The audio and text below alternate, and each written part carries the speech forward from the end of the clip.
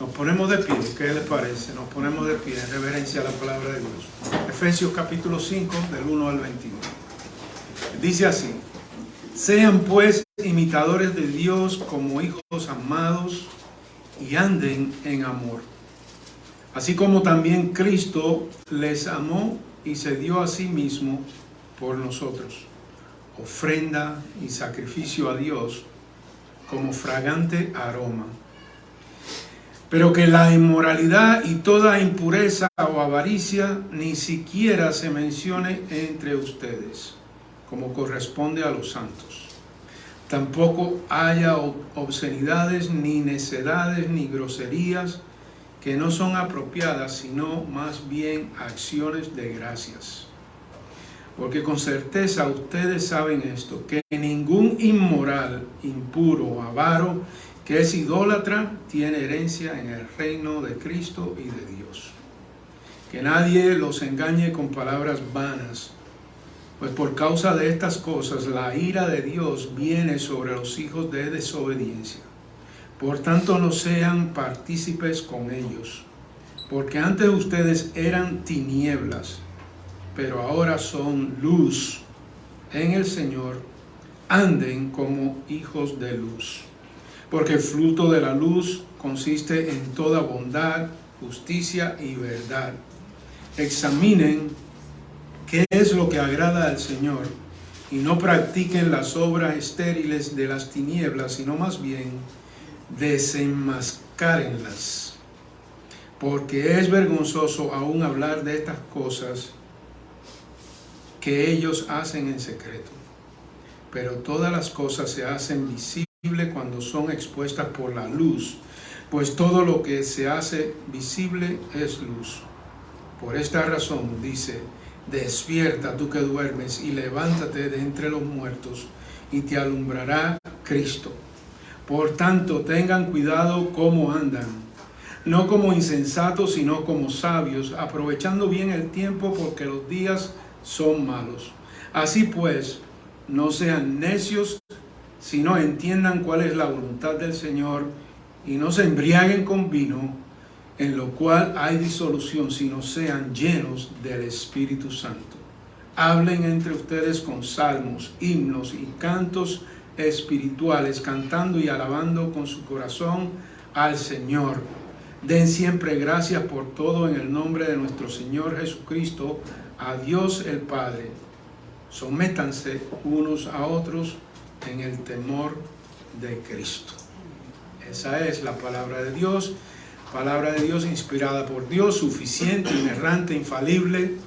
Palabra de Dios que es lo que verdaderamente nosotros necesitamos como cristianos. Acompáñenme a orar. Padre, te damos gracias, Señor, una vez más por tu palabra. Gracias, Señor, porque la tenemos en nuestro idioma, Señor, en diferentes versiones. Gracias porque podemos ahora escudriñarla, Señor, mirarla, Señor, estudiarla, y sobre todo que la podamos aplicar a nuestra vida, Señor. Podamos salir de aquí diferente a cómo entramos en el día de hoy. Que la luz de tu palabra alumbre nuestro corazón y nuestra mente. Que tu luz, Señor, como la luz se refleja en un espejo, así refleje de nosotros, Señor. Cuando nos miren puedan ver la iluminación de tu palabra, Señor, porque hemos decidido vivir conforme a tu palabra. Ayúdanos, Señor, en esta semana que comienza, podamos serte fiel y fiel a tu palabra, Señor. Cuántas oportunidades tenemos, Señor, de compartir con alguien, aún lo que consideremos lo más pequeño de tu palabra tiene un poder extraordinario, porque fue inspirada por ti esta palabra, Señor. Ayúdanos a ser portadores de ella, portadores de tu verdad, aun cuando tengamos que pagar un precio por eso, Señor, que estemos dispuestos a pagar el precio. Gracias, Señor, gracias por este tiempo. En el nombre de Jesús, amén. Amén.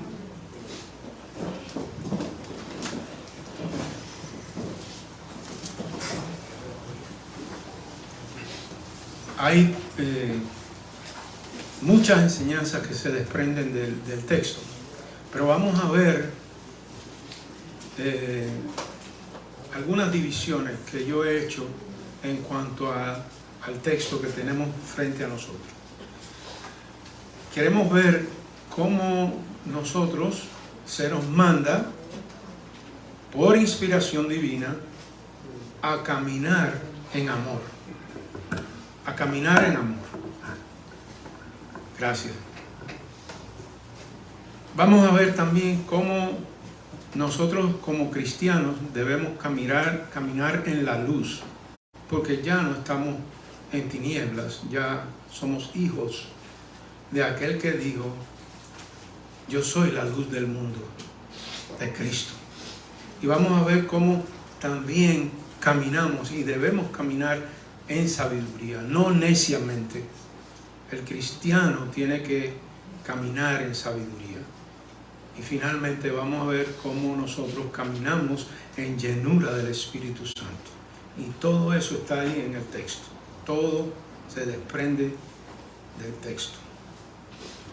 Nosotros vimos porciones de esta carta de Efesios que tienen que ver con una doctrina. El primer capítulo, lo que vimos en el primer capítulo, aparte de la oración de Pablo, pero vimos toda esa riqueza de la doctrina, de la predestinación, de la elección, de la adopción, de la redención, del sello del Espíritu.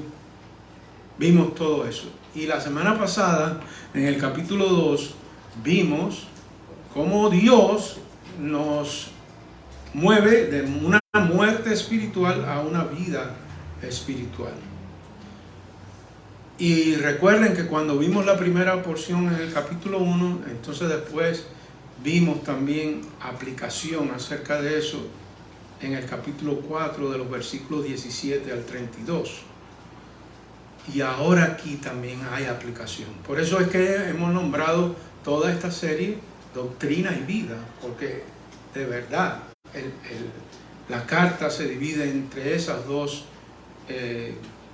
divisiones, ¿no? Doctrina y vida cristiana, práctica, cómo nosotros vivimos nuestra vida cristiana. Entonces debe haber un cambio si de verdad nosotros fuimos salvados, si nosotros hemos pasado de muerte a vida, si nosotros hemos experimentado una nueva vida, entonces debe haber un cambio en la manera en que nosotros nos comportamos. Debe haber un carácter que se demuestra por con nuestra integridad, porque ya no somos lo que éramos, sino ahora somos diferentes. Y esta nueva identidad fundamentada en esa sana doctrina que vimos en el capítulo 1, en el capítulo 2, debe producir en nosotros un estilo de vida y un caminar que se deje ver y que la gente se den cuenta, pero más que nada que Dios se dé cuenta de nuestro caminar. Porque en fin de cuentas, si nosotros queremos complacer a alguien, debemos complacer a Dios y vivir conforme a lo que Él ha establecido. Nosotros tenemos esa gran responsabilidad y nosotros debemos vivir. Si verdaderamente somos cristianos, debemos vivir de una manera que sea digna de Dios, del Dios que nos cambió, que nos rescató, que nos movió de las tinieblas a la luz, que nos sacó de donde nosotros estábamos. Yo no sé si usted se ha dado cuenta, pero a veces yo he conocido personas que le dicen a uno: yo estuve en el ejército, y uno puede notar por la manera que esa persona se para, por la manera que esa persona se viste, que esa persona fue parte de ese ejército. Yo sé que a los militares, los policías, todo eso, los zapatos, lustrar los zapatos es algo especial para ellos. Y es raro ver un militar que salga de su casa sin los zapatos, sin lustrar. Porque él se le inculcó en su mente que él representa a este ejército, a este gobierno, él lo representa. Y entonces él se comporta, se deja ver. No quiere decir que sea una persona moralmente ética, pero abraza este tipo de forma. Y nosotros los cristianos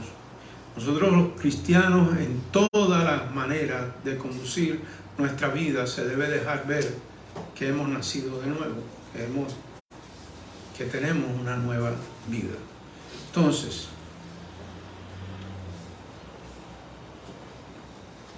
si Dios nos da ciertos parámetros para nosotros vivir, parámetros de nuestra conducta, entonces nosotros debemos abrazar eso. Porque recuerden, el propósito de Dios según Romanos 8:29 es formar la imagen de Cristo en nosotros. Que nosotros nos parezcamos más a Cristo. Ese es el propósito.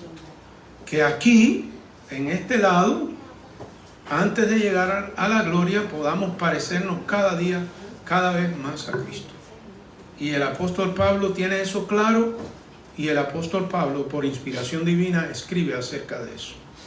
Entonces, en los primeros dos versículos, versículos 1 y 2, dice: sean pues imitadores de Dios como hijos amados, y anden en amor, así como también Cristo les amó y se dio a sí mismo por nosotros ofrenda y sacrificio a Dios como fragante aroma. Nosotros tenemos que ser imitadores de Dios, porque somos sus hijos. Y la idea es que como que usted tiene ahí en un papel, ustedes recuerdan cuando uno iba a la escuela que calcaba las cosas.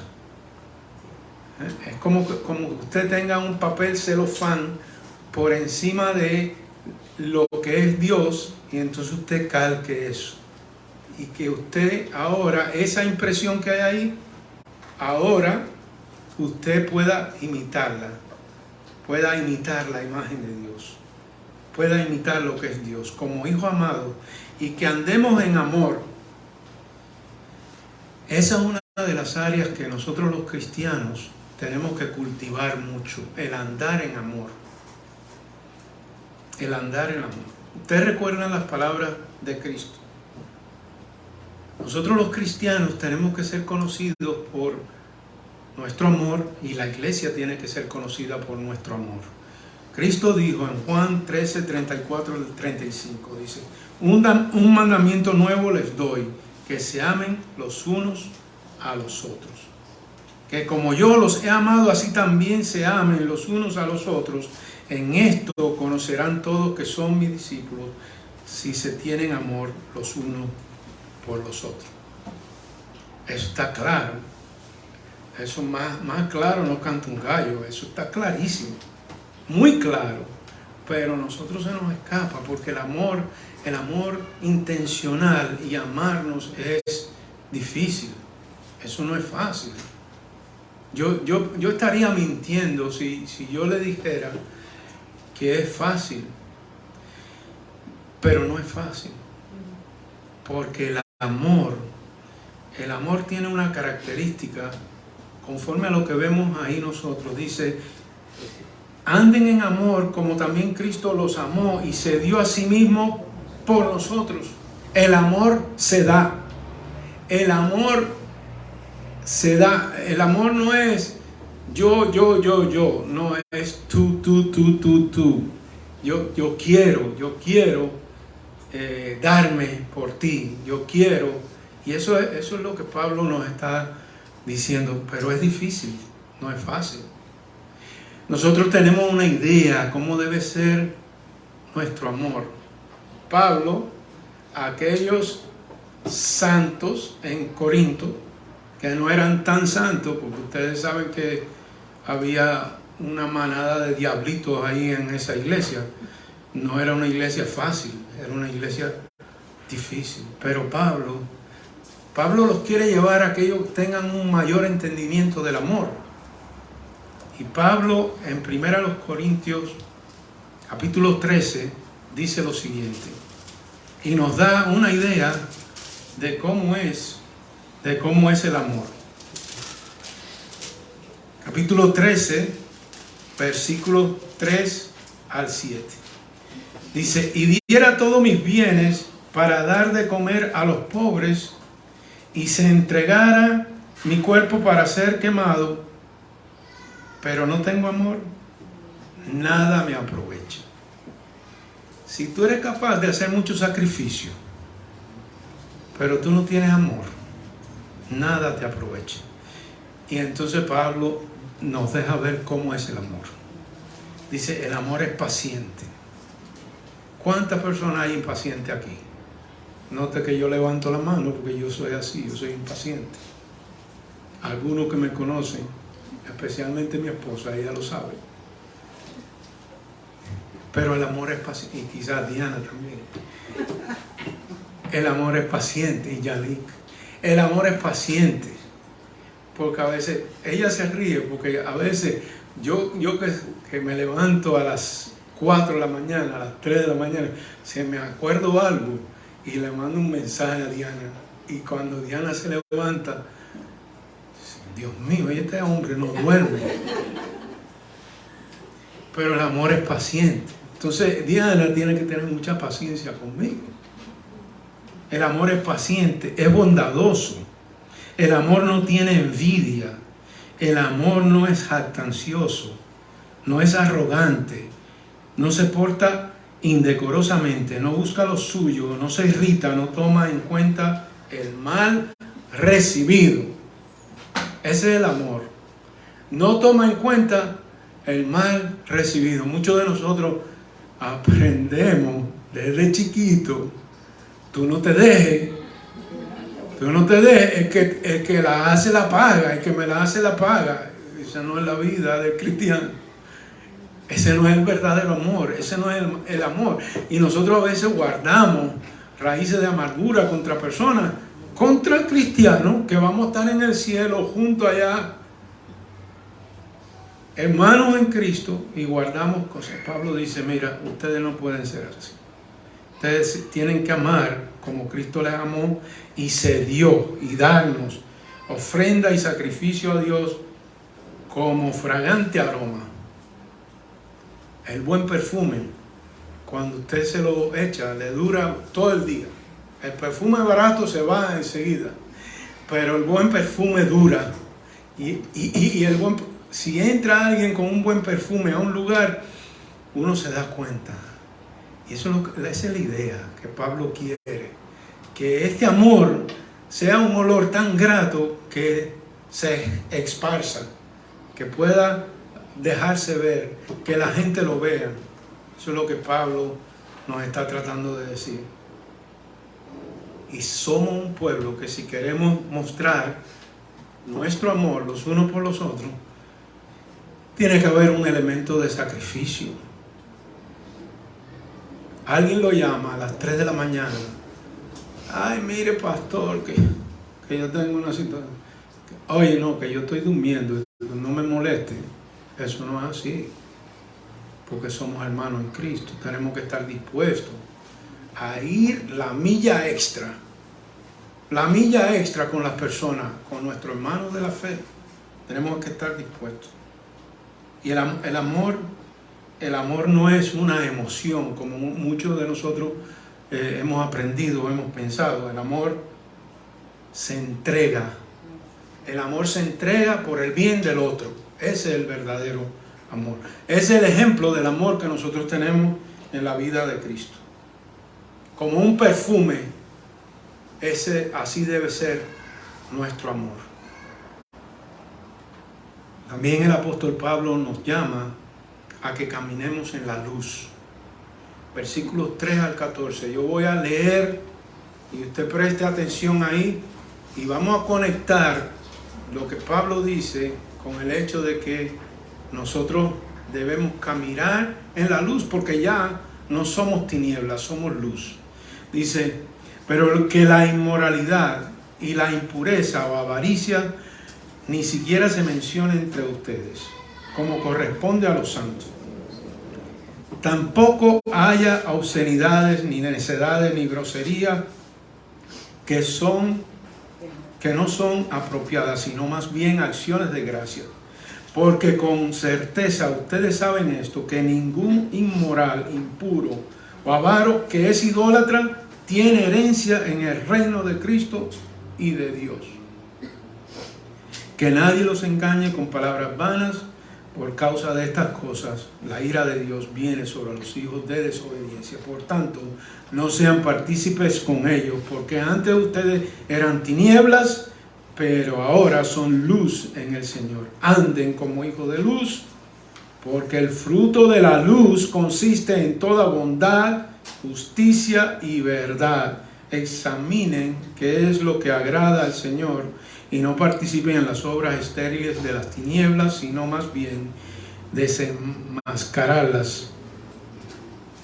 Porque es vergonzoso aún hablar de las cosas que ellos hacen en secreto, pero todas las cosas se hacen visibles cuando son expuestas por la luz, pues todo lo que se hace visible es luz. Por esta razón dice, despierta, tú que duermes, y levántate de entre los muertos, y te alumbrará Cristo.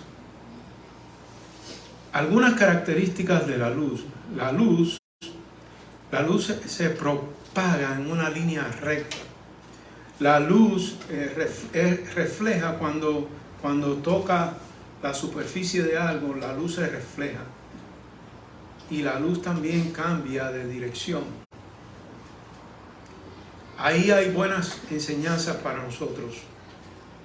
Si nos miramos como luz. La luz se propaga en una línea recta. Si nosotros verdaderamente somos luz, entonces debemos tener un caminar recto. Si nosotros verdaderamente somos luz, la luz de Cristo, imagínense que yo sea un espejo, la luz de Cristo viene y se deja ver. Y la luz de Cristo, la luz cambia dirección también.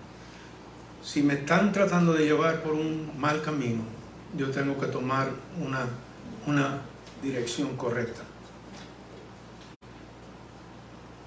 ¿Qué es lo que Pablo nos está diciendo? ¿Cómo nosotros no debemos andar? No andar en inmoralidad, en impureza, en avaricia, en obscenidades, en necedades, en groserías. Todas esas son expresiones del amor adulterado. Cuando el amor se adultera, el amor se comporta de esa manera. Pero nosotros ya no somos lo que éramos. Nosotros fuimos librados del dominio de las tinieblas y ahora somos luz, como nos dice Pablo en Colosenses 1, 13 y 14. Pero hay una sentencia para aquellos que se comportan de la manera adulterada, adulterando el amor. Hay una sentencia que Pablo pronuncia ahí en el versículo 5. Porque con certeza ustedes saben esto, que ningún inmoral, impuro, avaro, que es idólatra, tiene herencia en el reino de Cristo y de Dios. Es que se comporta de esa manera. La conclusión lógica es que no es cristiano. No es cristiano, no tiene herencia en el reino de Dios, porque es una imposibilidad que usted haga una práctica del pecado constante, y que usted tenga la morada del Espíritu Santo en usted, y el Espíritu Santo no le ale la oreja y le diga, no, Eso no está bien, por ahí no puede seguir. No puede seguir en inmoralidad, no puede seguir en impureza, no puede seguir en obscenidades, en necedades, no puede seguir así. Porque si estás ahí, es que tú no eres cristiano. Tú no eres cristiano. Tú no tienes herencia en el reino de los cielos. Tú no eres cristiano. Y eso hay que dejarlo claro. Y no solamente Pablo lo dice ahí, sino también en Gálatas capítulo 5, donde Pablo habla acerca de el fruto de la carne. El fruto de la carne, cuando a mí me ha tocado dar consejería a alguien, yo le doy una lista del fruto de la carne a las personas y le digo, evalúate ahí del 1 al 3 en cada uno de ellos. Y vamos a ver dónde tú estás en cada uno de esos frutos de la carne que Pablo dice ahí. Porque si estás ahí, puedes haber caído ahí y puede ser que seas cristiano. Puede ser que seas cristiano. Pero hay que sacarte de ahí. Hay que sacarte de ese lodazal. Y yo como pastor tengo que ayudarte a salir de ahí. Entonces note lo que Pablo dice ahí del versículo 19 al 23 en el capítulo 5. Mire cómo Pablo lo pone. Dice, ahora bien, las obras de la carne son evidentes, las cuales son inmoralidad. De nuevo lo mismo, impureza, sensualidad, idolatría, hechicería, enemistades, pleitos, celos, enojos, rivalidades, disensiones, herejías, envidias, borrachera, orgías y cosas semejantes, contra las cuales les advierto, como ya los he dicho antes, que los que practican tales cosas no heredarán el reino de Dios. La misma idea. Los que practican, la misma sentencia del versículo 5, ahí en lo que habíamos leído. Dice, porque con certeza ustedes saben esto, que ningún inmoral, impuro, avaro, que es idólatra, tiene herencia en el reino de Cristo y de Dios. Los que practican tales cosas, eso, ¿qué quiere decir eso? Quiere decir, eso no quiere decir que usted no pueda caer en un pecado. Cualquiera de nosotros puede caer en un pecado. Pero hacer del pecado, de ese pecado, una práctica continua, constante en nuestra vida, dice Pablo, que no heredarán el reino de los cielos. ¿Por qué? Porque usted no es cristiano. Usted lo que es un diablano, no cristiano. Usted es un diablito con rueda. Usted no es cristiano. Y si usted está en alguna práctica, como las que Pablo menciona, que son obras de la carne, usted salga de ahí. Salga de ahí y busque ayuda, y busque a un cristiano maduro, o una cristiana madura, y que usted pueda decirle, ¿sabe qué? Yo padezco de celos, yo padezco de enojo, yo padezco de pleitos, de rivalidades, yo tengo ese mal, ayúdame, por favor, ayúdame.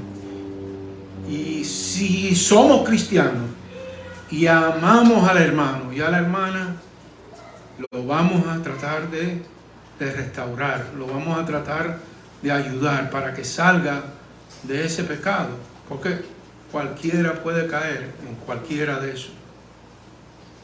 Pero nosotros somos hijos de luz y tenemos que ser intencionales en comportarnos como hijos de luz, porque nosotros somos hijos de aquel que dijo, yo soy la luz del mundo. Yo soy la luz del mundo. Y nosotros somos hijos de luz. Y no podemos seguir caminando en tinieblas. Tenemos que caminar en la luz. Si verdaderamente somos cristianos, caminamos en luz. Y dejamos atrás todas esas obras de la carne que nos visitan y nos pueden visitar a cada uno de nosotros. Cristo dijo, la palabra de Dios dice en varias ocasiones que Cristo es luz. Juan 8:12. Yo soy la luz del mundo. Yo soy la luz del mundo. Y nosotros somos hijos de ese que es la luz del mundo. Yo quiero ir ahí a Juan 8, capítulo 12, porque es bueno leer todo lo que dice ahí. Juan 8, 12. Dice: Jesús les habló otra vez diciendo: yo soy la luz del mundo. El que me sigue no andará en tinieblas, sino que tendrá la luz de la vida.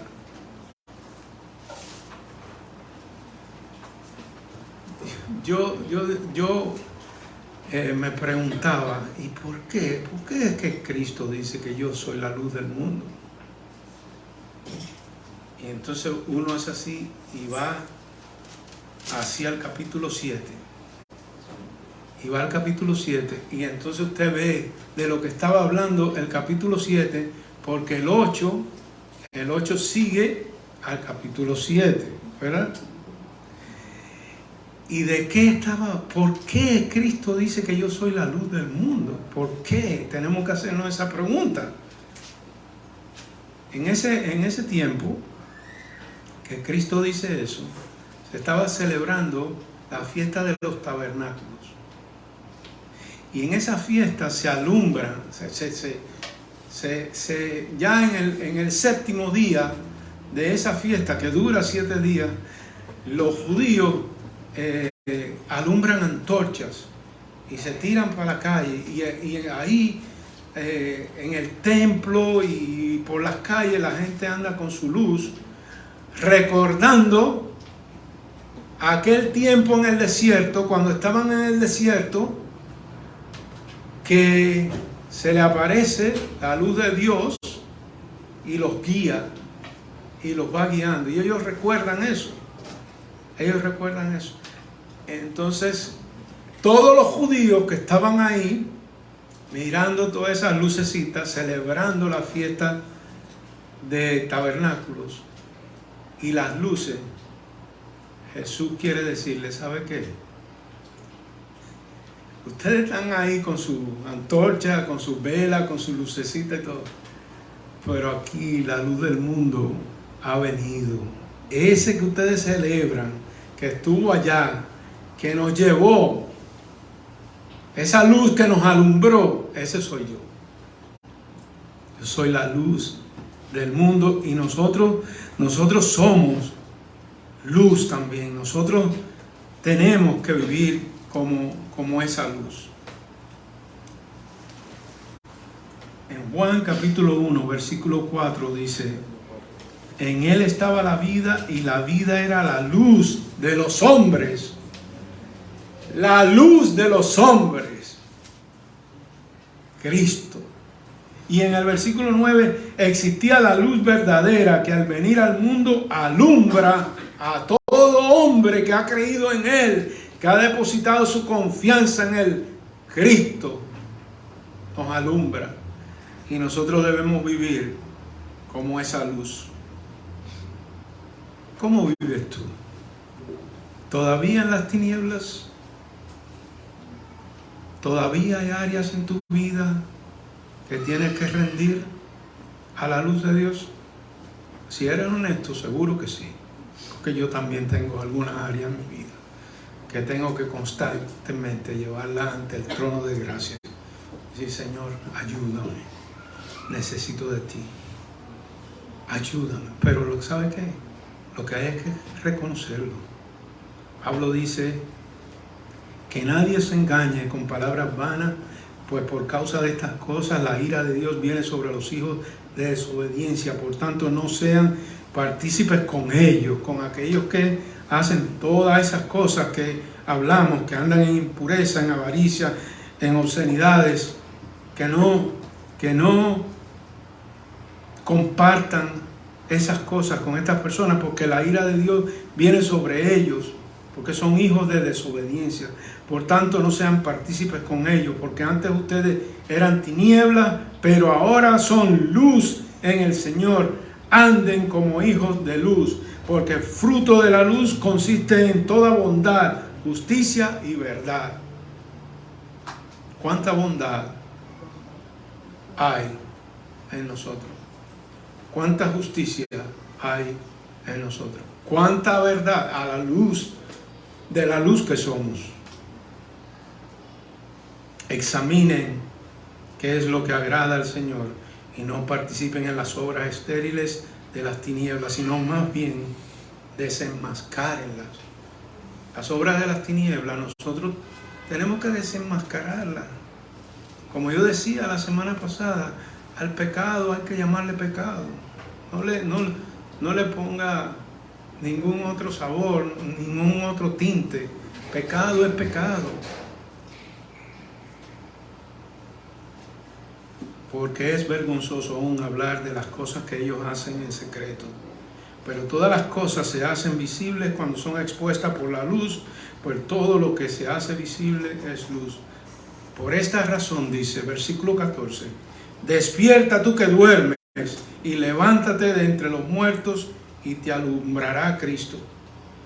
Esa porción de la Escritura era un himno, era como una poesía que cantaban los cristianos. Y ese despiértate lo que trata de indicar es que nosotros debemos arrepentirnos. Despiértate, cambia, arrepiéntete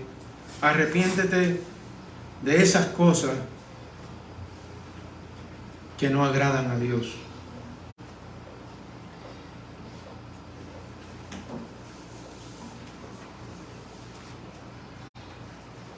Caminar en amor, caminar en la luz y caminar en sabiduría. Dice versículo 15 al 17, por tanto tengan cuidado como andan, no como insensatos, sino como sabios, aprovechando bien el tiempo, porque los días son malos. Así pues, no sean necios, sino entiendan cuál es la voluntad del Señor. Somos llamados a caminar en sabiduría, no en necedad. El cristiano no puede andar como los necios, en sabiduría. ¿Y qué es la sabiduría? ¿Y cómo es la sabiduría? ¿Cómo yo ando en sabiduría? Le voy a dar una tarea. No la voy a colectar la tarea, pero le voy a dar una tarea. Váyase a Proverbios capítulo 8, porque ahí la sabiduría está personificada. Y vamos a leer algunas cosas ahí para que nos ayuden a nosotros en andar en sabiduría. Es interesante que Salomón, que pide en su reinado sabiduría, entonces nos deja esta porción de la Escritura por inspiración divina acerca de la personificación de la sabiduría. Y hay un llamamiento a la sabiduría. Nosotros los cristianos debemos ser sabios. Dice la sabiduría, hablando la sabiduría personificada en el versículo 12, yo la sabiduría habito en la prudencia y he hallado conocimiento y discreción. El temor del Señor es aborrecer el mal, el orgullo, la arrogancia, el mal camino y la boca perversa, yo aborrezco. La sabiduría está hablando. Mío es el consejo y la prudencia. Yo soy la inteligencia, dice la sabiduría. ¿Usted quiere inteligencia? Pida sabiduría. Señor, dame sabiduría. Porque la sabiduría es igual a la inteligencia. Y dice la sabiduría, y el poder es mío. Hay poder en la sabiduría. Hay poder cuando nosotros nos comportamos sabiamente. Hay poder en eso. La sabiduría es eterna. La sabiduría estaba con Dios. Dice el versículo 23. Y el Señor me poseyó al principio de su camino, antes que sus obras de tiempos pasados, desde la eternidad fui establecida, dice la sabiduría. Dice el versículo 30 y 31. Yo estaba entonces junto a él como arquitecto y era su delicia de día en día, regocijándome en todo tiempo en su presencia, regocijándome en el mundo, en su tierra y teniendo mis delicias con los hijos de los hombres. La sabiduría también es buena consejera, dice versículo 14, mío es el consejo y la prudencia, yo soy la inteligencia y el poder es mío. La sabiduría, ¿dónde comienza la sabiduría? Ustedes lo saben, con el temor al Señor. Queremos ser sabios, tenemos que tener temor del Señor.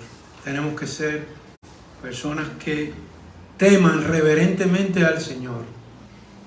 Un temor un temor reverente. Salomón, cuando entró en su reinado, en Primera Reyes 3, primer libro de los Reyes 3, 9 al 10, dice: da pues a tu siervo un corazón de entendimiento para juzgar a tu pueblo y para discernir entre el mal y el bien. Pues, ¿quién será capaz de juzgar a este pueblo tuyo tan grande? Y dice la palabra, y fue del agrado a los ojos del Señor que Salomón pidiera esto. Y en el versículo 12 dice: he hecho pues conforme a tus palabras, te he dado un corazón sabio y entendido, de modo que no ha habido ninguno como tú antes de ti, ni se levantará ninguno como tú después de ti. ¿Qué pidió? ¿Qué pidió? Riqueza. ¿Qué pidió?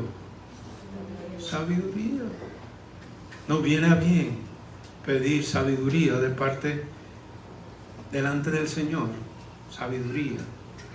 Santiago 1:5 dice: si a alguno de ustedes falta sabiduría, que la pida a Dios, quien da a todos abundantemente y sin reproche, y será dada. Entonces yo creo que queda claro eso, ¿verdad? Caminemos en amor, caminemos en la luz, caminemos en ¿qué? En sabiduría.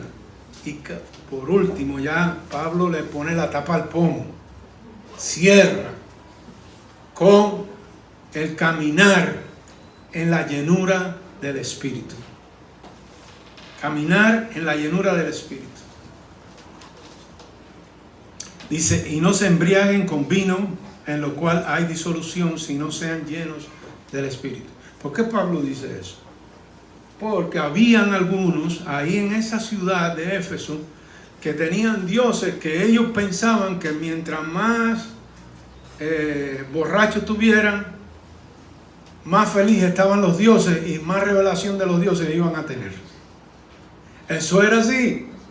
Y Pablo le dice: no, ustedes están equivocados. Dejen eso. No os embriaguéis con vino. Fíjese que dice embriagarse. No dice que usted una copita de vino, que embriagarse con vino. Sino sean llenos del Espíritu Santo. Y la consecuencia de esa llenura del Espíritu Santo dice: hablen entre ustedes con salmos, himnos y cantos espirituales, cantando y alabando con su corazón al Señor. Den siempre gracias por todo en el nombre de nuestro Señor Jesucristo, al Dios y Padre, y sométanse unos a otros en el temor de Cristo. ¿Cómo se comporta la persona que está llena del Espíritu? ¿Ah? ¿Cómo se comporta una iglesia con llenura del Espíritu? ¿Cómo es? ¿Qué características tiene esa iglesia? ¿Cuál es la característica del cristiano lleno del Espíritu? Hay compañerismo, hay adoración, hay agradecimiento y hay sometimiento. Todo eso está ahí en los versículos que yo acabo de leer, del 18 al 21. Hablen entre ustedes con salmos. Procuren la llenura. del Espíritu. Pero cuando ya la tienen, entonces hablen con salmos, adoración, con himnos, con cantos espirituales, cantando y alabando con su corazón al Señor. Den siempre gracias, agradecimiento en nuestro Señor Jesucristo Padre, y sométanse unos a otros. No levante la mano. ¿Hay alguien aquí que le cuesta someterse? No la levante. Tenemos que someternos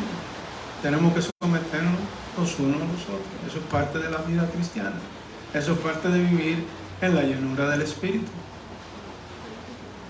Tenemos que rendirnos cuenta unos a otros.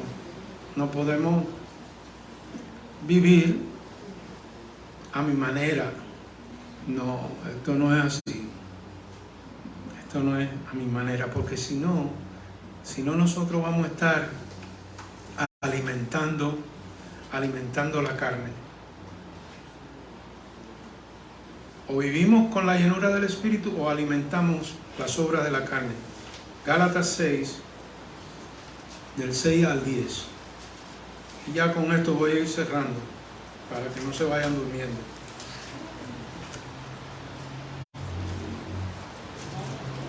Gálatas 6, 6 al 10.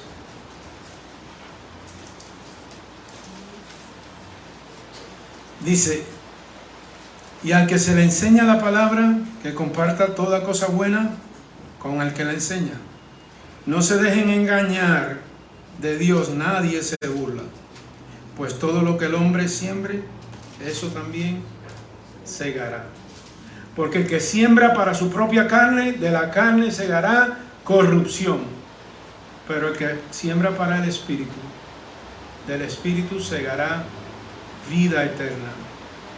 No nos cansemos de hacer el bien, pues a su tiempo, si no nos cansamos, segaremos, recogeremos la cosecha. ¿Qué estás sembrando? ¿Qué estás sembrando? Para la carne, te doy un consejo. Cuando estés ahí, que te visiten pensamientos que no son dignos de Dios, que responden a los deseos de la carne. Puede ser que tú tengas ahí tu laptop o tu teléfono. Cierra la laptop y sal y ponte a orar. Cierra el teléfono y sal y ponte a orar. Y dile al Señor: Señor, yo no quiero estar ahí. Ayúdame. Porque mi carne es débil, yo no puedo. Pero con tu ayuda yo sí puedo. Y yo no quiero sembrar para los deseos de la carne. Porque tú me llamas a vivir en llenura del Espíritu. Y eso es lo que queremos. ¿Sí o no? ¿Estamos de acuerdo? Que eso es lo que queremos. Levanten la mano todos los que están de acuerdo. Gloria a Dios. Y yo sé que los que no las levantaron también están de acuerdo. Sembrar para el Espíritu. Caminar en amor. El amor es sufrido. Pero no nos queda otra opción. Caminar en la luz, no en las tinieblas. Caminar en sabiduría. Así es que debe ser la iglesia de Cristo. Así es que debe ser el cristiano. Que el Señor nos ayude. Padre, gracias te damos, Señor. Gracias por tu palabra, Señor. Señor, perdóname porque sé que se han quedado cosas que por cuestión de tiempo no hubo tiempo de tocarlas. Pero ahí está el mensaje, Señor. Tómalo tú y obra en la vida de cada uno de mis hermanos, mis hermanas, de tal manera que esta semana, Señor, en su diario vivir, su vida cotidiana, Señor, puedan glorificarte a ti. Que su caminar sea un caminar en amor, en luz, en sabiduría y en llenura del Espíritu. Te lo pido en el nombre de Jesús. Amén. Bendiciones.